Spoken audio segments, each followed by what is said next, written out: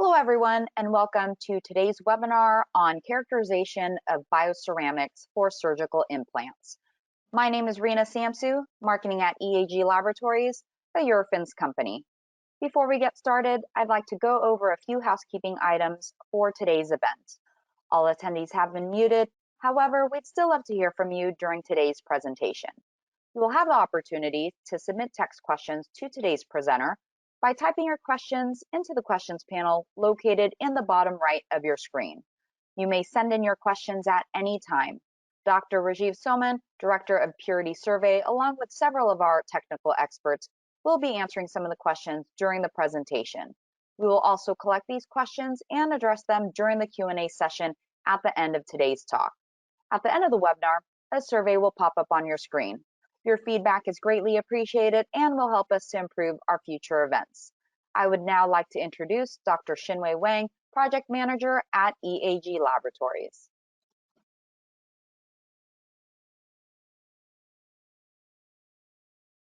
Hello, everyone. Today's topic is about the characterization of bioceramic precursors for surgical implants. As you can imagine, it is the interest of patients, surgeons, manufacturers, and insurance agents to ensure the implant function properly, reliably, and safely. Thus, it requires detailed information as well as accurate as possible about those precursors that are used to manufacturing those surgical implants. In this lecture, we will cover various aspects for precursor qualification, from bulk composition to first surface chemistry and morphology to impurities, which can be easily and conveniently ignored. I'm a new development manager. I have over 20 years experience in material science, engineering, the electrochemistry side. I also have 10 years experience in the third-party material testing services since I joined EAG. My focus is specifically focused on purity-related industry applications and problem solvings using multiple techniques. Here, joining me are my colleagues, Dr. Michael Salmon, Scientific Fellow for Advanced Imaging Group, Dr. Steve Roby, our Manager and Senior Specialist for XRD and XR, and the Senior Scientist for XPS Analysis, Mr. Sasha Rodnitsky. We co-developed this whole research and paper, and here we would like to present our discovery and findings and share with you those findings. So today's webinar is breakdown into multiple sections. We will first give you a quick introduction to EAG Laboratories and then case studies. Here we will break down to 3 sections: the bulk characterization, including elemental composition analysis, specifically calcium phosphor ratios. And then we will discussing the crystal structure analysis with XRD. After that, we will share with you our findings regarding surface chemistry and morphologies with both XPS and STEM EDS EOS. And in the end, we will talking about the trace impurity analysis for active ceramics, such as calcium phosphates. We will demonstrate to you how we're using ICP-MS methods to reliably measuring those impurities. For bioinert ceramics, such as aluminum and zirconium, direct solid sampling GDMS techniques will be applied for the purity check. EAG is a global company. We have over 600 highly educated employees spread over 20 locations globally, and we saw more than 4,000 clients in 50 countries. And here I'm showing you in those arrows are those facilities where this actually participated in this research. Here shows you EAG's spectroscopy and microscopic analytical resolution tools. In these tools, there are a couple of features. First is analytical resolution about the sample size. Secondary is about the detection limits related to those technique. So the different color represents different element information, analytical informations. So inside this box, we have all the surface analysis tools. Outside of it, we have the bulk analysis tools here, such as GDMS, ICP-MS. We will be focusing on, and we will have the imaging tools, showing here. We will be talking about the TEM step. For surface analysis tool we touched about, we will be discussing the XRD tools here and XPS. For details of those analytic instrument information, we encourage you to refer to our various tech notes, white papers, and webinars. For any analytical measurement, there are two things we need to discuss or gauge. Number one is the accuracy. Number two is the precision. There are four scenarios in general. The beginning is low accuracy and the low precision scenario, and this everyone trying to avoid. And in many cases, you have a high accuracy but a low precision. And in many cases, often we are having good precision or reproducibility, but not accurate. In EAG, we strive to achieve those both accuracy and precision through the establishing all quality system protocols and reference materials. Now we want to talk about it. What happens when you're making those bioceramic precursors. For example, in hydroxyapatite powders, there are two main synthetic approaches. One is solid state reaction, and in this process, the product has in terms of chemistry wise, it has stoichiometry. The calcium phosphate ratio is pretty close to stoichiometry, and the impurity level is low. However, it is highly crystalline, so making them very difficult to properly achieve the proper sintering. The another approach, main approach, is wet chemistry approach. Here there are three methods to do that, including precipitation method, hydrothermal technique, hydrolysis of calcium phosphates. Here is opposite to what the solid state reaction product looks like. The morphology, the crystallinity are strongly dependent on synthesis conditions, the pH, the temperature, the time, the other chemical agents related with it. Also, the chemistry differs. It is known to be highly non-stoichiometry, the calcium phosphate ratios ranging from 1.5 to 1.75. Also, it can introduce various impurities, particularly metal impurities, which generates safety or toxicity concerns. Why those are important things is because calcium phosphate ratio is known to affecting mechanical strength greatly. Well, when the calcium phosphate ratio is increased, the mechanical strength will increase, and this will reach maximum value at the stoichiometry, calcium phosphate ratio 1.67, and decrease suddenly after that. The crystallinity of morphology are also important because they affect the sintering behavior, the final microstructure, the texture, and the bioactivity of the bioceramic coatings. And of course, the impurity will cause them toxicity issues, so they have to be safely guarded. In this lecture, we are organizing in such a way that we will first discussing the material requirements and then the analytic solutions, the sampling characteristic, the corresponding analytic information, the detection limits, precision, and accuracy.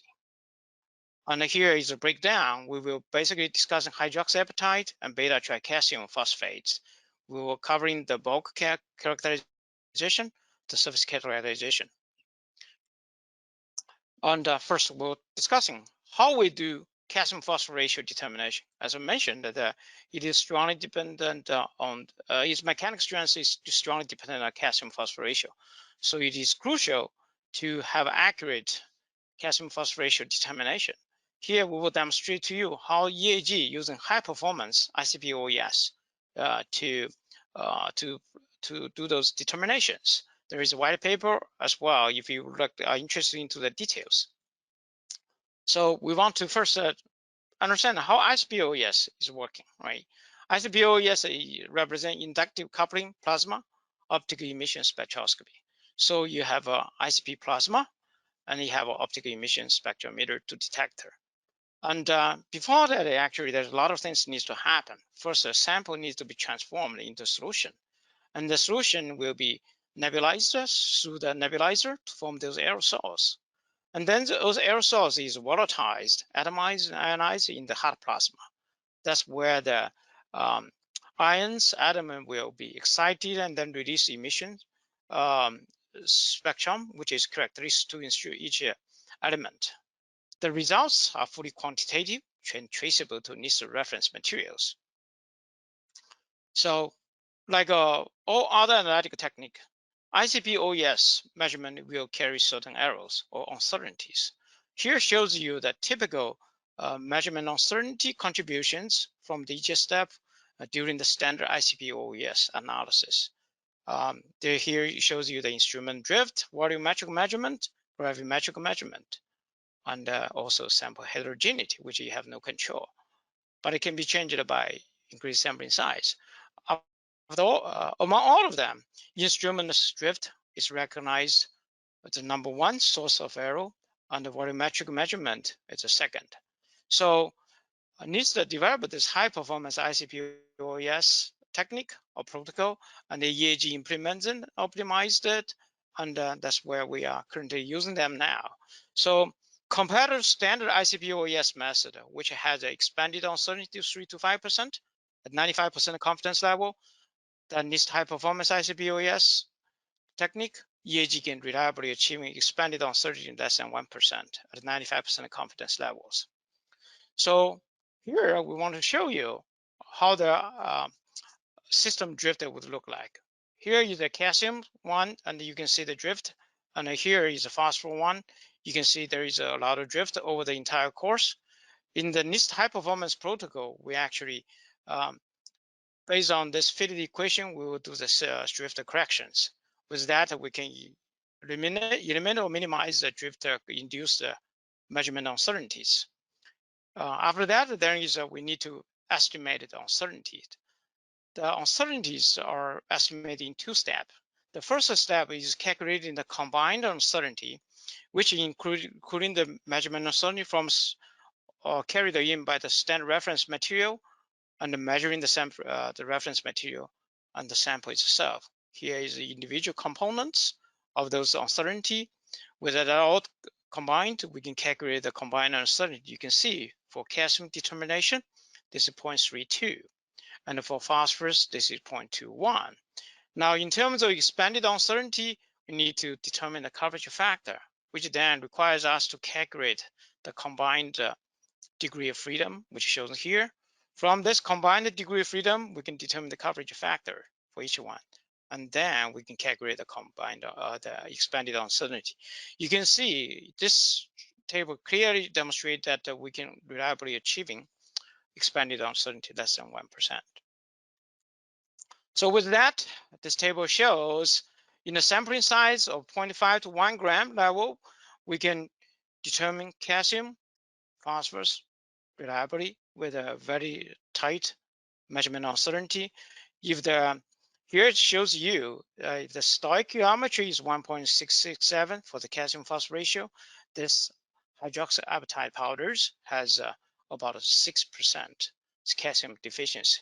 Likewise, the beta tri calcium phosphate also show certain level of moderate calcium deficiency.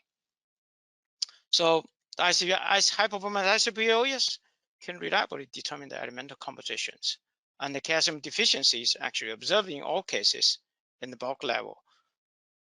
Now there's other questions we need to be answered. We need to answer. So what is the phase structures? Is the calcium deficiency uniform throughout the particles? What does the surface would look like? So all those questions are important. They are related to the centering behavior, the ultimate microstructure of coating, and the bioactivity and safety issues.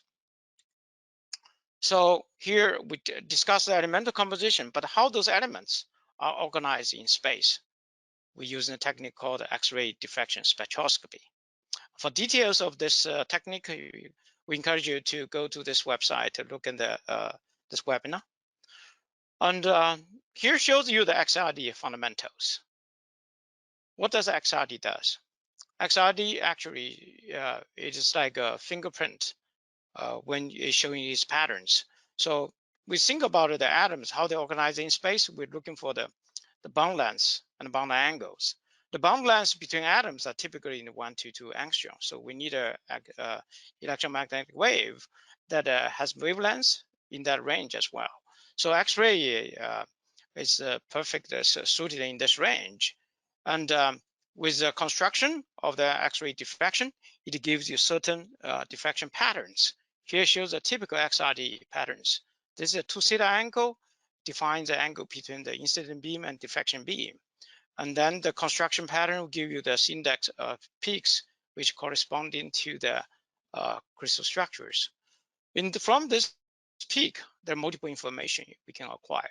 First, the peak position will tell us what kind of phases it is, or what space group it merits into. Second, the peak shape will help us determine the crystallized size, and the peak area help determine the percentage of crystallinity and allow us to do phase quantification. On top of those main information, we can also use assessing more fine detailed information. For example, if the atoms or the bonds are compressed or stretched, it will slightly shift and cause a stress. Those stress can be identified by the slight shift of the peak positions. Also, from the peak shape, we can assess the microstrains, and from the relative tensity, the peak density, we can know which direction is preferentially oriented for those crystals. So here shows the first two samples, the hydroxyapatite and the sintered beta TCP. Clearly, you can see they have the fingerprints perfectly matching the intended crystal faces. This is different for the sintered beta TCP. It is actually showing two faces. Now the face is actually beta TCP. One is a hydroxyapatite, another phase is monatide in blue colors. To determine this phase composition, EAG, we exercise what we called whole pattern fitting to perform semi-quantitative phase analysis. Here shows you a little bit more details. The WPF refinement is trying to minimize the difference between the experimental and the calculated patterns. This is done through the chi-squared minimization. So the peak position, width, and the areas are adjusted until the differences between the calculated and the experimental patterns are minimized, as shown here. So the changes in peak positions are usually due to changes in lattice parameters. Changes in peak area are due to the phase concentration and the texture. And the changes in the peak width are due to crystallized size and the microstrain. Those results showing that for this particular uncentered beta TCP, we have actually 95% hydroxyapatite and about 5% monatide.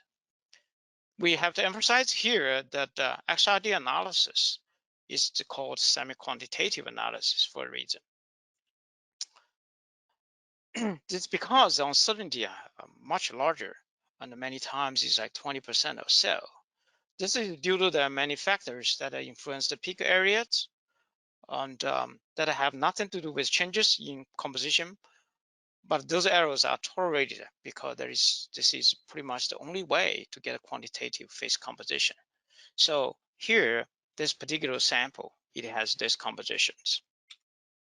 Here is a summary. You see that the XRD results showing that while the centered beta TCP and HAP has the expected phase composition, this one is completely lack of beta TCP, rather is a mixture of hydroxyapatite and monatide. So we talk about bulk composition analysis, but that's not the whole story. As Dr. Wolfgang Pauli said, God made the bulk, but the surface was invented by the devil.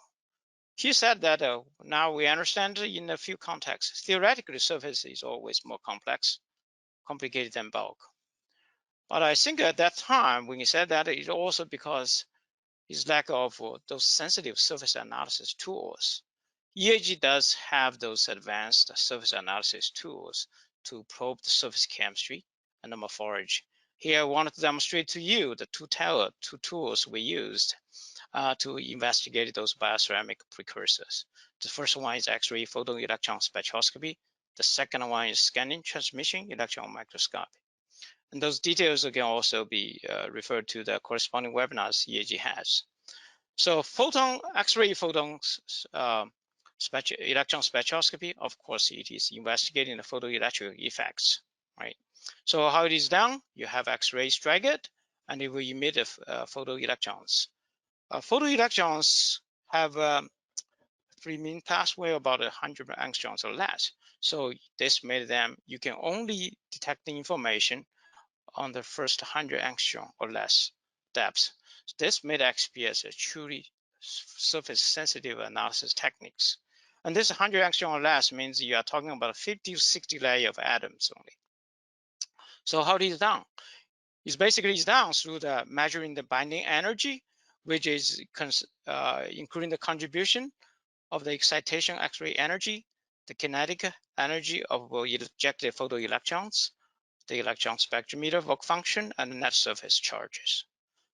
Binding energy is a characteristic to element, its valence state. With that, it allows us to actually looking for the surface chemistries. Here shows you a survey spectrum of typical XPS analysis. This is all the 3 samples we investigated, showing here the centered beta TCB, the uncentered beta TCB, and the hydroxyapatite. It allows us to scan the entire binding energy range from 0 to 1400 electron volts, and the corresponding atoms and the valence information are shown here. With detailed high-resolution XPS analysis, we can acquire the surface compositions. Here showing you the surface composition atoms, elemental information for the 3 precursors we investigate here. Aside from the expected calcium, phosphorus, oxygen, a couple of other information also pops out, like carbon and chlorine and silicon in the case of centered beta TCP. We'll discuss those in more details later on. But from that, we can, the phosphorus calcium content, we can calculate and compare to the bulk composition. Here shows you the stoichiometry ratios here. And here we're showing you the bulk composition. You can see all of them showing the calcium deficiency to this different degree. But interesting for the surface, which is less than 10 nanometer in depth, as defined by XPS, you can see the calcium deficiency is even more severe. Obviously, this will affect how the centering will happening and how the microstructure will be shaped into. Another information we will discuss is on the interesting we wanted to look into is the silicon, because obviously there's quite a bit of silicon here in this beta TCP. Unfortunately, XPS will not be able to provide the image information as well, how they are distributed.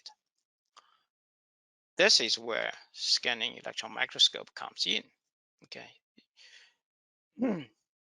The scanning transmission electron microscope works as you have a high energy electron beam which shines through the sample. And as it shines through, a couple of things happened. It will knock out the inner shell electrons and allows the outside shell electrons to fall in, and around the process, it emits X-ray, which is elemental specific or characteristic. So we can use an energy dispersive spectroscopy detector to detect the information, give you the elemental information or composition of the material. And also it has annular dark field detectors, which provides the image information. And then another one is the electron yields or electron energy loss detectors, which provides not only elemental information, but also can provide chemical bonding information. For example, here is on the carbon edge, it can be used to detect in the graphite, C60, or diamond structures. So the STEM allows us to do spatially resolved assessment. First is structure. Here you can show you the three samples. For the HAP, it has, as expected, hexagonal crystal structure, and on center one, it has a needle shape crystalline structures. And the center one obviously has a spheroidal structures as expected. On top of it, you can see some amorphous layers covering those spheroidal particles. Aside from that, with the EDS yields detector, we can determine the composition. And this has a 1 nanometer spatial resolution. And with the yields detector, we can also provide chemical information at nanometer spatial resolution. So how is the silicon present on those particles for the center beta TCP detected by XPS? Here shows you the high angle annual dark field image of the particle. Here shows you the phosphorus oxygen, calcium as expected through the bulk composition. Interesting, silicon has rather unusual distribution. It is almost form a semi-continuous skin wrapping around the particles. This, of course, is important. For sintering purpose, silicon oxide has much higher melting point than calcium phosphate glass. So will that introduce mechanical defects? You sure it will. Secondly, the surface chemistry, as subsequently bioactivity, no doubt will be affected by it. So here, with the high performance ICP-OES, with the XRD, with the XPS, under the STAR, we can provide you a comprehensive picture from bulk composition, crystalline structure, surface chemistries, as well as the morphology of the materials. The third part we want discussing then is the metal analysis, trace impurity analysis. As we mentioned in the beginning, the wet chemistry method will introduce in those impurities in an unexpected way. And impurity or contamination, they are often kinetically as well as thermodynamically favorable. And they can be introduced in many steps around the manufacturing process, through the raw feedstock, to the synthesis equipment, to the final handling, packaging. Here we wanted to discuss in two things. One is for the bioactive ceramics like hydroxyapatite, beta TCP, and those can be dissolved. So ICP-MS is selected as technique of choice. And then there are all those bioinert ceramics such as alumina, zirconia, and they can be also used. And those cannot be really dissolved easily. So direct solid tempering technique like GDMS technique of choice. So there are actually multiple standards that are FDA recognized in terms of specifying the impurity levels, such as arsenic, cadmium, mercury, and lead in the ppm range.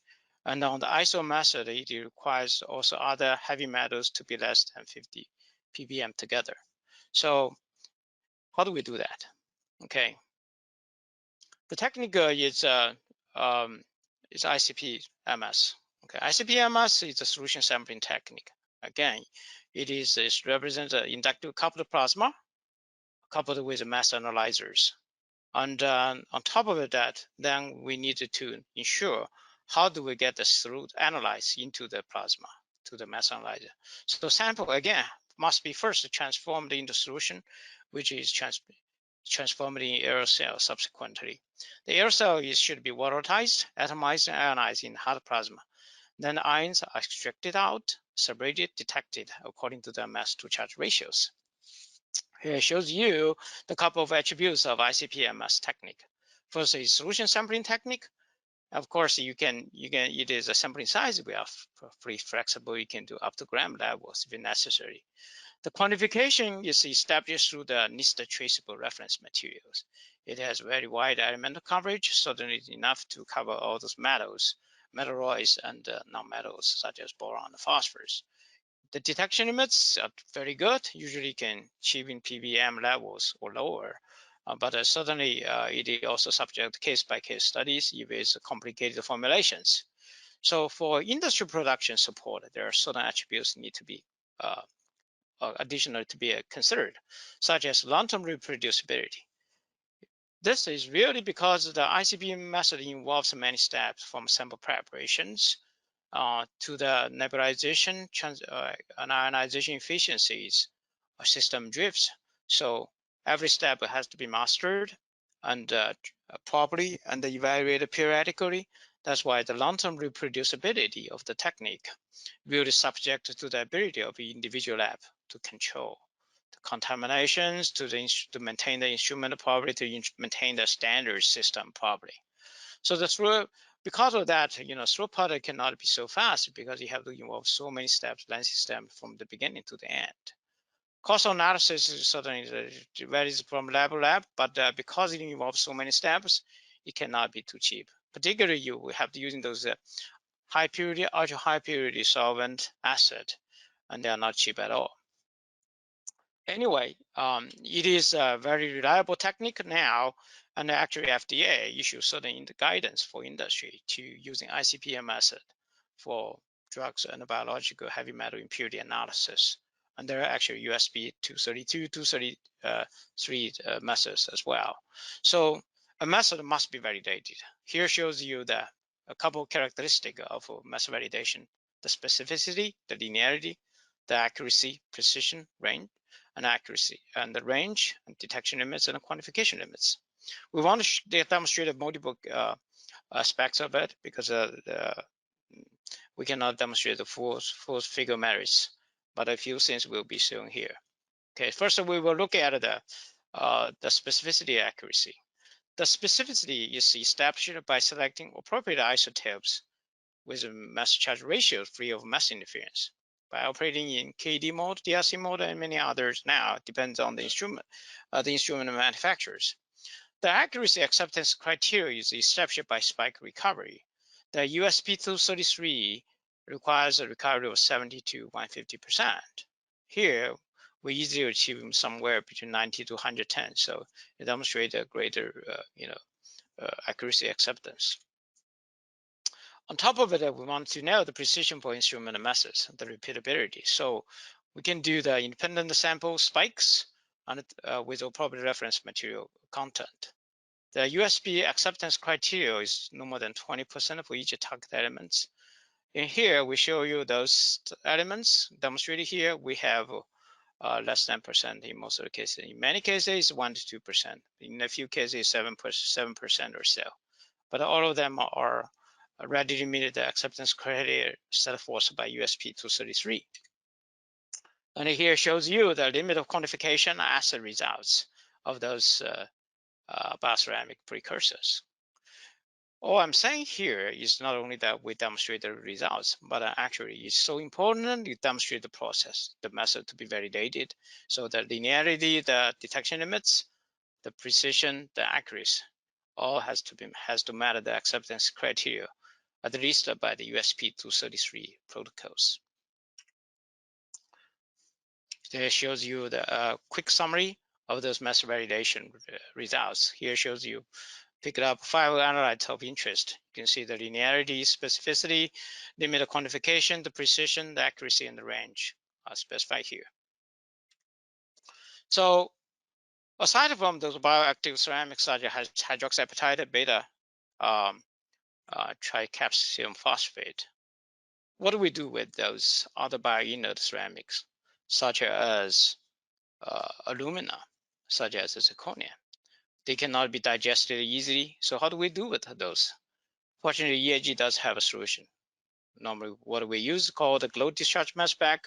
This is a direct solid sampling techniques. For time restraint, we will not go over the details, but I want to give you a couple aspects of it. Okay, as compared to ICP-MS techniques we're showing here, because even though we like to use an ICP-MS, however, because it's not soluble, so direct solid sampling technique become a natural choice. The sampling size is certainly is not as big as or flexible as ICP-MS, but you don't need it because those material has to be pure. Once it's pure, it follows certain protocols and finalizes. So they are generally can be homogeneous in the tens or hundreds milligram levels. So there is no need to go to gram levels to acquire representative sampling. If you have to go that level, then your product failed to begin with. On the traceability side, depends on the presence or absence of reference materials. GDMS uses to do qualitative to semi-quantitative and to fully quantitative analysis. It has a similar, actually a little bit more broadened elemental coverage than ICP-MS. And the detection limit is much more sensitive because it doesn't require further dilution as the case of ICP-MS. So it can be easily used to certify 49 to 59 purity alumina or zirconium cell. It has great long-term reproducibilities because it's a direct soil sampling. So it eliminates many steps involved those introduced by the contaminations from the sample preparation as well as analysis. Throughput is good. Cost of analysis per element wise relatively low as compared to ICP-MS. Here shows you how do we do the samples, because those samples bioinert ceramics, they are actually non-conductive. So under GDMS is ion beam sputtering technique. So to make sure the sample has to be conductive. So the way we do it is using tantalum spoon or we're using indium. And those are either mounted in the pin's geometry. This pin is manufactured 2x2x20 and is mounted into the glow discharge cells. Likewise, heat can be in the flat geometry where the sample is pressed into indium binders and from where the ion beam sputtering occurs and then ions are extracted out and to be analyzed. And here is a couple of typical features for GDMS. And for alumina analysis, as I mentioned, the GDMS is anywhere from qualitative analysis to fully quantitative analysis. For alumina analysis, which is commonly used by inert ceramics, EAG does using certified reference material to certify those, to correct the instrument. Here shows the list of elements that are with certified values. And we have two of them, CR8006A and CRM8007. And using this one, we can be using different binders to evaluate the situation. You can see in most of the cases, results are reasonably good and the precision also sound. So that's why it is a commonly used technique for qualifying the purity of alumina samples. It is also used for the zirconia as well. Here I give you a quick summary about that of this lecture. So it depends on the synthesis method. Bioceramic precursors could have different surface characteristics, morphology, phase composition, and the impurity levels. The studies demonstrated how modern analytic techniques in EAG, including high-performance ICP-OES, XRD, XPS, STEM EDS, ICP-MS, and GDMS are deployed for full qualification of bioceramic precursors. This is done not only in the on actually multi-dimension, multi-levels, from the composition level to trace levels in both elements, composition as well as phase compositions. We do it from microscopic structure to micro fine detail structures, from the surface to bulk, and also demonstrate how important by ICP-MS and SPOS to meet their spec and the regulatory compliance, and also demonstrate to you, like with XPS and the STEM and XRD, how we can do investigative analysis for things unforeseen. For example, XRD showing that the uncentered beta trichasm actually is not, there is no beta trichasm phases, TCP phase, rather is a mixture of HAP and a monotite. And the XPS actually, there are more details. Due to the time stream, we didn't review here, but not only we identified those impurities like silicon in uncentered or in the centered the beta TCP, but it also has other information such as calcium phosphate. They actually have different structures, and also the carbon-related information as well. So XPS provide all those fine details in terms of surface chemistries. Under that, ICP-MS and GDMS can be used reliably to quantify the impurity levels in those bioceramics precursors. So as I mentioned, this is only the part one, so obviously we have part two, so stay tuned. We will demonstrate to you how we can use modern analytic techniques for bioceramic coating characterization. Now, not only we would need to analyze the chemical, do the chemical analysis or surface analysis as we demonstrated here, there are other microstructure information textures based on how the coating is deposited. And then, of course, they will have different textures. So we can introduce we're using EBSD to investigate the textures. We can use a BET method of pore size distribution to evaluate the surface roughness.